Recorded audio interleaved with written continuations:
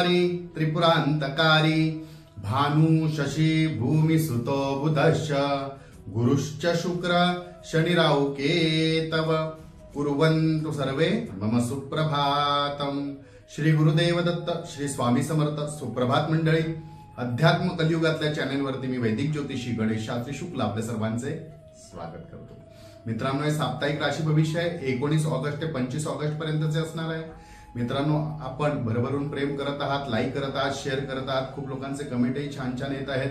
आपल्या प्रत्येकाच्या प्रश्नांची उत्तरं देण्याचा मी प्रयत्न करत आहे। शक्यतो आपण व्हॉट्सअपवरती ते प्रश्न विचारले, व्हॉट्सअप नंबरवरती, तर मी आपल्याला त्याचे आपल्या शंकांचे उत्तर देईन। परंतु आपले जर प्रश्न असतील तर ते प्रश्न सशुल्क असणारे, लक्षात ठेवा, त्याची फी असते। आपली पत्रिका आपण दाखवू शकता आणि त्यानुसार मी आपल्याला मार्गदर्शन सुद्धा करेन।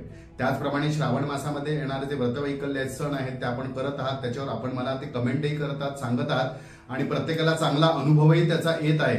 तर छान आपण जे सांगताय त्याबद्दल मी आपला आभारी आहे। तर आपण ते स्वतःहून मन लावून करत आहात आणि ते काय असतं, आपण जेव्हा एखादी गोष्ट उपाययोजना करतो आणि ती मन लावून करतो, विश्वासाने करतो, तर नक्की त्याचं आपल्याला फळ मिळतं। परंतु एखादी मनात शंका ठेवून आपण जेव्हा एखादं करायला जातो तर त्याचं फळ तसं मिळत नाही। त्यामुळे आपला विश्वासही, आपण एखादी रेमेडी जी सांगतोय त्याच्यावर आपण विश्वास ठेवून ते करणं हे खूप महत्वाचं आहे मित्रांनो। तर शक्यतो ते करा। अजूनपर्यंत आपले चॅनल आपण सबस्क्राईब केले नसेल तर सबस्क्राईब करा, बेल आयकॉन दाबा, शेअर करा, लाईक करा आणि नक्की कमेंट करा। श्री स्वामी समर्थ शिवा, श्री गुरुदेव दत्त। चला तर सुरू करूया साप्ताहिक राशी भविष्याला। 19 ऑगस्ट ते 25 ऑगस्ट 2024 वृश्चिक राशी। आपल्या आयुष्यात सध्या सुरू असलेले एखादे वेगळे उत्कर्ष किंवा आपण करत असलेले सतत प्रयत्न चांगल्या कामासाठीचे, हे पाहून आपले गुप्त शत्रू कटकारस्थान करताना आपल्याला दिसतील आणि आपण त्यांना रेड हँड धराल सुद्धा, परंतु आपण काहीच करू शकणार नाही, कारण ती लोक आपलीच असणार आहेत आणि तुम्ही त्यांच्यावर विरोध करायला गेल्यानंतर त्याचा काहीतरी विरोध दुसरा होऊन आपल्याला आणि दुसऱ्या कामामध्ये त्याचं अडचण होऊ शकते किंवा ते सहन करावं लागू शकतं। म्हणून सध्या एखाद्या लहानशा कामातच जर ते अडचणी करतात आणि आपल्याला तसं दिसून येत आहे तर आपण शक्यतो शांत राहण्याचा प्रयत्न करा। कुठल्या सध्या प्रतिक्रिया द्यायला जाऊ नका, उलट उत्तर द्यायला जाऊ नका किंवा त्यांच्याबद्दल कुठलीही कारवाई सध्या करायला जाऊ नका। कारण काय आहे, ह्या कामात अडचण निर्माण करताना आपण त्यांना टोकाल तर मोठ्या कामात पुन्हा ते अडचण निर्माण करतील, जास्त मेहनत लावून किंवा जास्त प्रयत्नाने, शक्ती लावून। त्यामुळे आता जे काय काय करतायत त्याच्यात त्यांना जे समाधान मिळतं त्याच्यातच त्यांना समाधानी राहून द्या, परंतु पुढचं काम करताना मात्र आपल्याला सावध राहायचं आहे आणि आपल्याला आपला उत्कर्ष साध्य करायचा, उत्कर्ष साधायचा आहे। त्यामुळे आता सध्या त्यांना कुठल्याही गोष्ट बोलणे, भांडणे किंवा तक्रार करणे, या कुठल्याही प्रतिक्रियेला उत्तर द्यायला जाऊ नका, याकडे लक्ष द्या। त्याचबरोबर आपल्या आरोग्यासंबंधी ज्या काही अडचणी होत्या, काय एखादा आजार होता, त्या एखाद्या आजारामुळे आपल्याला त्रास होता, तो आजार सुद्धा हळूहळू आपल्याला कमी होताना दिसेल, आरोग्य चांगले होताना दिसेल आणि आपल्याला आरोग्य सुधारतानाही दिसेल।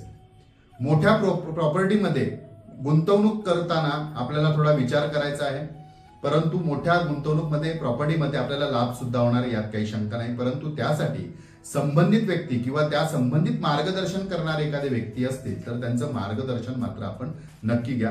आपल्याला हमखास या कामात यश मिळू शकतं आणि अशा कामामध्ये आपल्याला यश मिळून अडचणी सुद्धा दूर होऊ शकतात। या सप्ताहात आपल्यासाठी शुभ तारखा असणाऱ्या 24 आणि 25, शुभ अंक असणाऱ्या 4 आणि रंग असणाऱ्या निळा, याचा आपण लाभ करून घ्या। भूमी संबंधित किंवा जुन्या प्रॉपर्टी संबंधित आपल्याला जर सतत त्रास होत असेल तर आपण संकष्टीच्या दिवशी गणेशाची उपासना करा। भूमी संबंधित असलेले जमिनीचे व्यवहार असतील ते पूर्ण होण्यासाठी किंवा त्याच्यात असलेल्या अडचणी दूर होण्यासाठी आपल्याला जमत असेल तितकं गणपतीची आराधना करणं खूप गरजेचं आहे। गणपतीच्या देवळात जाऊन अथर्वशीर्ष किंवा स्तोत्र वगैरे त्याचं पठण करा, होत असेल तर अभिषेक करा आणि जमतच असेल तर श्रावण मास आहे एखादं गणहोम सुद्धा आयोजित केलं किंवा एखाद्या गणहोमासाठी सुद्धा आपण जर देणगी वगैरे दिली किंवा त्याच्यात भाग घेतला तरी सुद्धा आपल्याला खूप ते प्रभावी ठरेल आणि त्याचा फायदा होईल, याचा लाभ करून घ्या। मित्रांनो, आपल्याला सांगितलेल्या या रेमेडीज काही उपाययोजना आहेत, आपण विश्वासपूर्वक करा, नक्की त्याचा आपल्याला लाभ होईल। कारण खूप लोक करत आहेत। आता नागपंचमीच्या वेळी सुद्धा मी आपल्याला सांगितलेलं, खूप लोकांनी त्याचे फोटो काढून मला पाठवले, गुरुजी आम्ही ती नागपंचमीची पूजा केली आणि नंतर पुढे 8च दिवसात चांगल्या घटना किंवा त्या संबंधित त्यांच्या ज्या केल्यानंतर चांगल्या गोष्टी घडल्या, त्यांना चांगला अनुभव आला। तर त्यामुळे मी ज्या काही रेमेडीज सांगतो त्या विश्वासाने आपण नक्की करा, आपल्याला त्याचा लाभ होईलच। आणि इतर काही अडचणीत लोक असतील त्यांच्यापर्यंत हा नक्की व्हिडिओ शेअर करा, म्हणजे त्यांच्या आयुष्यात असलेल्या अडचणी सुद्धा त्यांना दूर करून घेता येईल। चला तर पुढच्या आठवड्यात आपण नक्की भेटूया याच ठिकाणी ह्याच वेळी. तोपर्यंत सर्वांचे धन्यवाद.